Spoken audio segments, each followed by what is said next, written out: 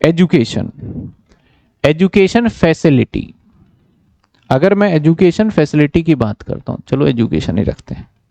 अब एजुकेशन दो तरीके के आपने देखे, एक तो अलाउंसेस में था, ठीक है ना, एक अलाउंसेस में था, that is children education allowance, children education allowance था एक, है ना। तो अगर चिल्ड्रन एजुकेशन अलाउंस था एक, तो ऐसे सिचुएशन में जो चिल्ड्रन एजुकेशन हमारा अलाउंस था उसके लिए तो 100 रुपए पर चाइल्ड था, वो तो हम पहले पढ़ चुके हैं। लेकिन यहाँ पे जो अब मैं एजुकेशन बता रहा हूँ ये दूसरा है, एजुकेशन फैसिलिटी है, ये परकेजिट्स है, ये जो मैं बता रहा हूँ ये एजुकेशन फैसिलिटी है, फैसिलिटीज या एजुकेशन प्रोवाइड, आपको एजुकेशन यहां प्रोवाइड किया जाएगा। अब एजुकेशन जब प्रोवाइड करेगा तो यहां पे दो लोगों के लिए एजुकेशन प्रोवाइड हो सकता है। एक, कई बार ऐसा होता है, मैं आपको एक सिंपल सी कहानी बताऊं, जब स्टार्टिंग में 2000, मैं 2000 की बात करूं, तो उस टाइम पे कंप्यूटर ना इतना ज्यादा पॉपुलर नहीं था। इंटरनेट तो शायद उस टाइम पे शायद ही किसी के पास मैंने देखा हो, इंटरनेट उसी टाइम पे आया था, आई गेस 2000 के आसपास इंटरनेट का इन्वेंट हुआ कि भाई इंटरनेट से सारी दुनिया कनेक्ट होगी, ये होगा वो होगा, उसी टाइम चल रहा था। तो कंप्यूटर था नहीं, लेकिन बैंक के अंदर पहले आप पैसे जमा करने जाते थे या पोस्ट ऑफिस में तो सब एंट्री मैनुअल करते थे, वो कंप्यूटर नहीं था। तो बैंक के अंदर जितने भी स्टाफ थे या पोस्ट ऑफिस में जितने भी स्टाफ थे, सारे के सारे ओल्ड एज थे, बुजुर्ग टाइप के थे, क्योंकि रिटायरमेंट, कुछ यंग भी थे कुछ बुजुर्ग भी थे। तो जो आरबीआई ने या फिर बैंकिंग सिस्टम ने या फिर पोस्ट ऑफिस सिस्टम ने डिसाइड किया कि अब हम ये काम मैनुअल हटा देते हैं, इसको हम किस पे करेंगे, अब कंप्यूटर पे, जिससे ज्यादा सिक्योर्ड रहेगा और एटीएम वगैरह इससे हमें कनेक्ट कर पाएंगे, तो ज्यादा इजी रहेगा। तो उस टाइम पे उन्होंने बोला कंप्यूटर पे करेंगे। तो जब कंप्यूटर आया ना, तो जितने एम्प्लॉय थे सभी एम्प्लॉय ने प्रोटेस्ट कर दिया कि भैया हम कंप्यूटर पे नहीं करेंगे, हम मैनुअल करेंगे। उसके पीछे कारण ये था कि उनको कंप्यूटर चलाना ही नहीं आ रहा था। तो जब उसे चलाना नहीं आ रहा था तो उसने बोला कि भैया ये सब चीज तो बेकार है, ये कौन टेंशन लेगा, हम मैनुअली करेंगे। नहीं, फिर जाके बैंकिंग सिस्टम ने और सभी एम्प्लॉयर ने बोला अच्छा आप मैनुअल ही कर लीजिए, लेकिन हम आपको ना जो आपकी छुट्टी का टाइम है उसको 1 घंटा कम कर रहे हैं। जैसे अगर आपकी 5 बजे छुट्टी होती है तो आपकी छुट्टी 4 बजे कर देंगे, ठीक है, और घर नहीं जाना, 1 घंटे हम आपको कंप्यूटर सिखाएंगे। तो एक ट्रेनिंग सेंटर दे दिया गया जहां उसको कंप्यूटर सिखाया गया। जब एम्प्लॉय ने कंप्यूटर को सीख लिया, तो सीखने के बाद जो प्रोटेस्ट हो रहा था कि कंप्यूटर पे एंट्री नहीं करेंगे, तो जब एम्प्लॉय को समझ आया कि यार ये तो उससे आसान काम है, तो सभी किस पे काम करने लग गए, कंप्यूटर पे करने लग गए। तो अभी मैंने 1 घंटे तक जो आपको पढ़ाने के लिए ये एम्प्लॉयर ने पैसे दिए, तो ये भी एक एजुकेशन प्रोवाइड किया गया, कंप्यूटर कोर्स कराया गया सभी एम्प्लॉय को। तो एक तो ये एजुकेशन फैसिलिटी हो गई, किसको दिया गया, एम्प्लॉय को। कई बार एजुकेशन फैसिलिटी एम्प्लॉय को ना देके उसके परिवार वालों को दिया जाता है, फैमिली को दिया जाता है। जैसे उसके बच्चे का स्कूल में एडमिशन करा देना, या उसके वाइफ का जो एम्प्लॉय है, वाइफ या हस्बैंड के से रिलेटेड कोई फैसिलिटी। तो यहाँ पे बोला गया कि भैया आप एजुकेशन फैसिलिटी की बात कर रहे हो, एजुकेशन प्रोवाइड की बात कर रहे हो, तो दो लोगों को दिया जा सकता है, या तो दिया जा सकता है एम्प्लॉय को, दूसरा या दिया जा सकता है एम्प्लॉय के फैमिली को। किसके दिया जा सकता है, एम्प्लॉय के फैमिली को। कि जो आप ये वीडियो देख रहे हैं, इस वीडियो को बनाने में हमारी बहुत मेहनत है, क्लास को रिकॉर्ड करने से लेके एडिटिंग तक, नोट्स को बनाने तक काफ़ी मेहनत है।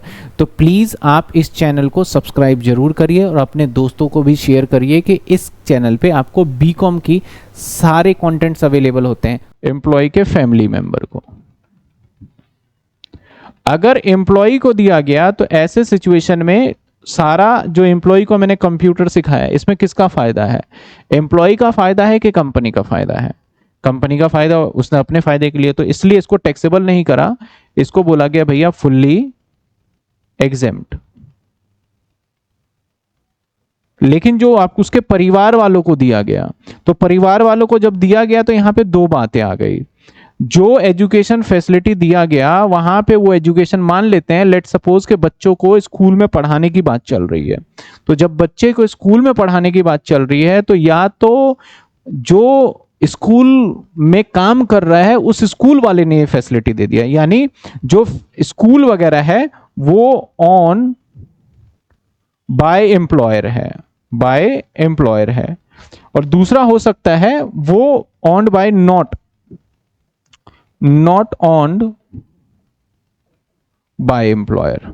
ठीक है ना, दो केसेस बन सकते हैं कि भैया वो जो स्कूल में बच्चे को पढ़ा रहे हो, जैसे मान लिया जाए हम बात कर लेते हैं सिंपल कि हम एक स्कूल की बात कर लेते हैं, जैसे डीएवी की बात कर लेते हैं या डीपीएस की बात कर लेते हैं, उसका मालिक मैं ही हूं मान लो, और आप मेरे पास एज अ टीचर जॉब कर रहे हो, और मैंने आपके बच्चे को कहा कि भैया तुम्हारे बच्चे को इसी स्कूल में पढ़ा लो, कोई पैसा नहीं लगेगा। समझ में आई बात आपको? तो मैंने आपको अगर पढ़ाता तो फिर एग्जेम्प्ट होता, आपके बच्चे को पढ़ाया जा रहा है तो ऐसे सिचुएशन में एजुकेशन फैसिलिटी आपके फैमिली मेंबर को प्रोवाइड की जा रही है। तो फैमिली मेंबर को प्रोवाइड किया जा रहा है तो आपसे कोई फीस ही नहीं लिया जाएगा। ऐसे सिचुएशन में कितना पैसा आपके सैलरी में परक्विजिट्स के तौर पे जोड़ा जाएगा? तो बोला गया कि आसपास के सिमिलर फैसिलिटी जो नियर बाय स्कूल है, जैसे कि कई बार देखोगे तो डीएवी है, उसके साथ में मान लेते हैं डीपीएस है, उसके साथ में 2-3 स्कूल लाइन से है, तो उसके साथ वाला स्कूल जो उस क्लास के बच्चों से फीस चार्ज कर रहा होगा वही आपके लिए क्या माना जाएगा? परक्विजिट्स माना जाएगा, क्योंकि उस सिचुएशन में आपका तो फीस डिसाइडेड ही नहीं है क्या है। समझ में आई बात आपको? लेकिन अगर मालिक क्या कहता है कि भाई मैं तेरे बच्चे का नाम लिखवा देता हूं डीपीएस में, तू भेज दे, पैसे वैसे मैं दे दूंगा, मैं बात कर लूंगा, तो ऐसे सिचुएशन में जो फीस मालिक दे रहा है, एम्प्लॉयर दे रहा है आपके बच्चे को, वही आपके सैलरी में क्या माना जाएगा? परक्विजिट्स माना जाएगा। तो ऑन्ड बाय एम्प्लॉयर के केस में आपके टैक्सेबल होगा। इस केस में सबसे पहले तो बोला गया जब भी फैमिली को दिया जाएगा तो एग्जेम्प्ट हो जाएगा अप टू 1,000 रुपए तक एग्जेम्प्ट होगा। ठीक है ना? अब 1,000 से ऊपर हुआ तो ऐसे सिचुएशन में नियर बाय स्कूल का ही एग्जांपल, स्कूल फी जो भी आपके नियर है सिमिलर फीचर्स के, वो स्कूल का फी आपके सैलरी में जोड़ा जाएगा, और या फिर यहां पे एक्चुअल फी, कितने एक्चुअल फीस थे, एक्चुअल फीस जोड़ दिया जाएगा। समझ में आई बात आपको? यानी education facility, children education allowance नहीं, अलग से एजुकेशन फैसिलिटी में आपको फैसिलिटी या तो खुद एम्प्लॉय को मिल रहा है या उसके फैमिली को। एम्प्लॉय को मिला तो कोई टैक्सेबल नहीं, उसके परिवार वालों को मिला तो 1,000 रुपए तक exempt, balance will be taxable. और उस केस में भी या तो ऑन्ड बाय एम्प्लॉय है तो उसके आसपास के स्कूल का फीस देखना, और अगर मान लेते हैं कि एम्प्लॉयर ने खुद किसी स्कूल में दाखिला एडमिशन करा दिया तो उस सिचुएशन के अंदर क्या होगा कि जो एक्चुअल पेमेंट कर रहा है एम्प्लॉयर वो परक्विजिट्स होगा। अगर इसमें से कुछ पार्ट आपसे रिकवर किया जाता है, लेट्स सपोज कि मैंने आपके बच्चे का एडमिशन करा दिया डीपीएस में और ऐसे सिचुएशन में उसकी फीस 10,000 रुपए जा रही है, मैंने कहा भाई तुम्हारे बच्चे के लिए मैं इतना कर रहा हूं तो आपके सैलरी में से मैं 2,000 काट लूंगा, तो आपके लिए परक्विजिट्स वैल्यू कितनी बनेगी? 8,000 रुपए आपके सैलरी में ऐड हो जाएगा। ठीक है ना? आपके सैलरी में ऐड हो जाएगा। चलिए वही चीजें यहां लिखी हुई है जिसको हम पढ़ते हैं। कहता है education facility to the member of the employee, employee के मेंबर को या हाउस होल्ड को। Education training facility employee is not taxable, यानी एम्प्लॉय को अगर एजुकेशन फैसिलिटी दिया जा रहा है ट्रेनिंग पर्पस होना चाहिए, ऐसा नहीं कि ट्रेनिंग के अलावा कोई फैसिलिटी दिया जा रहा है तो टैक्सेबल हो जाएगा। Note, school fee employee children paid reimbursed by the employer taxable under section 17 subsection 2 in case of employee specific as well as non specific. मतलब कहने का मतलब है भैया कि अगर कोई एम्प्लॉयर आपके बच्चे का फीस पे कर रहा है तो वो टैक्सेबल हो जाएगा, कोई भी किसी टाइप का हो। कहता है fee education of employ children school maintained by the employer, कौन मेंटेन कर रहा है? एम्प्लॉयर। डीपीएस का मालिक कौन है? वही आपके बच्चे को पढ़ा रहा है और आप वहां जॉब करते हो। The school sponsored by employer के है। If the cost of education per child does exceed 1,000 per month not taxable. कहता है कि if cost of per child does not exceed, अगर 1,000 रुपए से ऊपर है ही नहीं खर्चा भाई तो टैक्सेबल नहीं होगा। If the cost of education per child exceed 1,000 per month then taxable value cost of education similar institute जो आसपास के एरिया में है और लेस कर दोगे जितना एम्प्लॉय से रिकवर हो गया है। समझ में आई बात आपको? 1,000 रुपए माइनस करने के बाद ये करना है यहां पे। ठीक है?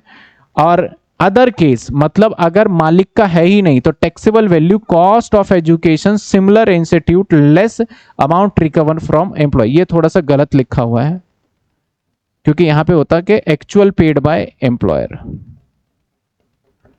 एक्चुअल पेड बाय एम्प्लॉयर, ठीक है, ये यहां पर लिख देंगे, ठीक है। Taxable value perquisites value such service offered and general public less amount recover. तो ये बात बताई गई एजुकेशन फैसिलिटी की। समझ में आई बात आपको?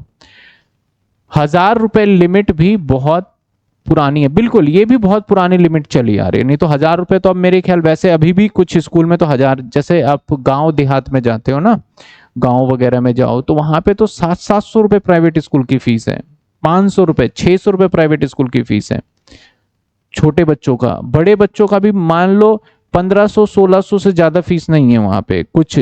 अगर रेपुटेटेड, अगर मैं डीपीएस की बात करता हूं, आप समझते हो डीपीएस स्कूल की फीस अभी दिल्ली के अंदर अगर देखा जाए तो 13 से 14 हजार रुपए कर दिया उन्होंने। और यही आप रूरल एरिया में चले जाओ तो 2500-3000 रुपए फीस है डीपीएस की। तो डिपेंड्स करता है कि स्कूल कहाँ है। तो 1000 वैसे पुरानी ही वैल्यू है, ठीक है ना। समझ में आई ये दोनों चीजें? क्या क्या करा हमने अभी? हमने सबसे पहले क्या करा सर, अगर आपको गिफ्ट दिया जाएगा तो गिफ्ट कैसे दिया जाएगा? हो सकता है कि आपको कैश में दिया जाए, तो अगर कैश में दिया जाएगा गिफ्ट तो फुल्ली टैक्सेबल। अगर आपको सामान दिया जाता है, गिफ्ट में क्या दिया जाता है? सामान, तो 5000 तक exempt, balance will be taxable.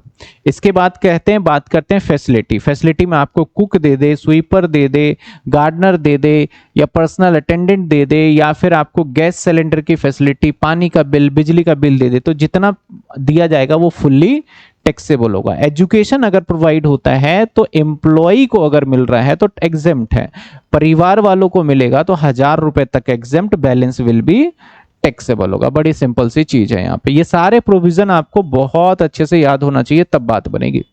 कोई दिक्कत है तो बताइए। यहां तक क्लियर है सभी को? यहां तक क्लियर है?